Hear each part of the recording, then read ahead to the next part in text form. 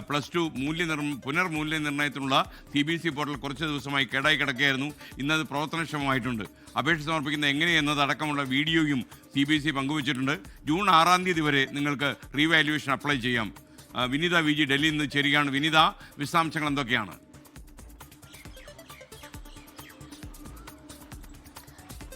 ഇന്നലെ ഈ പോർട്ടൽ പ്രവർത്തനം ആരംഭിക്കുമെന്നാണ് അറിയിച്ചിട്ടുണ്ടായിരുന്നത്. പക്ഷേ ഇന്നലെ രാത്രി വരെയും പോർട്ടൽ പ്രവർത്തനം ആരംഭിച്ചിട്ടുണ്ടായിരുന്നില്ല. പിന്നാലെ ഇന്നിതാ പോർട്ടൽ ഇപ്പോൾ പ്രവർത്തനം ആരംഭിച്ചിരിക്കുന്നു. ഈ സാങ്കേതിക പ്രശ്നങ്ങളൊക്കെ തന്നെ പരിഹരിച്ചുവെന്നും പോർട്ടൽ സജീവമായിട്ടുണ്ട് എന്നും CBSE തന്നെ ഔദ്യോഗികമായി അറിയിക്കുകയും ചെയ്തിട്ടുണ്ട്. ഒപ്പം തന്നെ എങ്ങനെയാണ് ഈ പുനർമൂല്യനിർണ്ണയത്തിന് അപേക്ഷിക്കേണ്ടതെന്നടക്കമുള്ള ഒരു ചെറിയ വീഡിയോയും CBSE ഇതിൽ ഷെയർ ചെയ്യുന്നുണ്ട്. ഈ വീഡിയോ ശ്രദ്ധാപൂർവം കണ്ട് അതനുസരിച്ച് വിദ്യാർത്ഥികൾക്ക് പുനർമൂല്യനിർണ്ണയത്തിന് അപേക്ഷിക്കാമെന്നാണ് ഈ പോർട്ടലിൽ പറയുന്നത്. ഒപ്പം ഈ മാസം 6 വരെയാണ് അപേക്ഷിക്കാനുള്ള തീയതിയുള്ളത്. ഈ മാസം 6 വരെ അപേക്ഷകൾ നൽകാം. നേരത്തെ ഈ പുനർമൂല്യനിർണ്ണയത്തിനും മറ്റും അപേക്ഷിക്കുന്നതുമായി ബന്ധപ്പെട്ട വലിയ വിവാദങ്ങൾ ഉയർന്നിട്ടുണ്ടായിരുന്നു. ഈ വെബ്സൈറ്റ് തകരാറിലായത് കാരണം വിദ്യാർത്ഥികൾക്ക് അപേക്ഷകൾ നൽകാൻ കഴിയാത്തൊരു പശ്ചാത്തലമുണ്ടായി.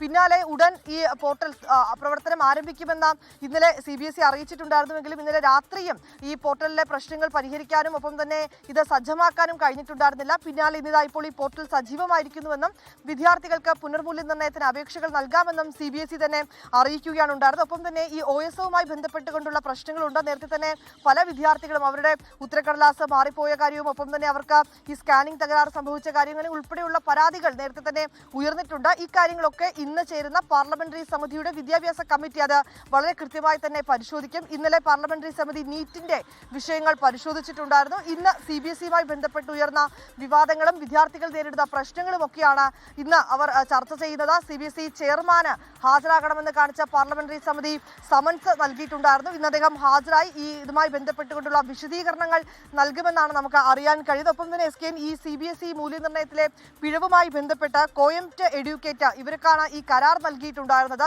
പിന്നാലെ വലിയ വിവാദങ്ങൾ ഉയർന്നിട്ടുണ്ടായിരുന്നു. ഈ കരാറുമായി ബന്ധപ്പെട്ട് പ്രതിപക്ഷ നേതാക്കൾ അടക്കം വലിയ വിവാദങ്ങൾ മുന്നോട്ട് വെച്ചിട്ടുണ്ടായിരുന്നു. രാഹുൽ ഗാന്ധി തന്നെ ഈ കരിമ്പട്ടികയിൽ ഉൾപ്പെടുത്തിയ കമ്പനിക്കാണ് കരാർ നൽകിയത് അടക്കമുള്ള ചില വാദങ്ങളാണ് മുന്നോട്ട് വെച്ചിട്ടുണ്ടായിരുന്നത്. ഇപ്പോൾ നമുക്ക് അറിയാൻ കഴിയുന്നത് ഈ കോയംറ്റ് എഡ്യൂക്കേറ്റിനെ കരിമ്പട്ടികയിൽ ഉൾപ്പെടുത്താൻ കഴിയില്ല എന്നും ഈ വീഴ്ച വരുത്തിയ കമ്പനിക്കെതിരെ പിഴ ചുമത്താൻ മാത്രമേ ഈ CBSEക്ക് സർക്കാരിന് അവകാശമുള്ളൂ എന്നുമാണ്. ഇത് ഈ കരാർ വ്യവസ്ഥയുമായി ബന്ധപ്പെട്ട് അങ്ങനെ ഒരു നിയമമാണ് നിലവിലുള്ളത്. വിനിത, ഒരു കാര്യം മറന്നുപോയി. ഇത്രയും രാവിലെ ഡൽഹിയിലെ റോഡിലിറങ്ങി നിന്ന് ഇത്രയും നല്ല കാര്യം കുട്ടികൾക്ക് വേണ്ടി റിപ്പോർട്ട് ചെയ്യുമ്പോഴേ ഗുഡ് മോർണിംഗ് പറയാൻ മറന്നുപോയി. Thank you.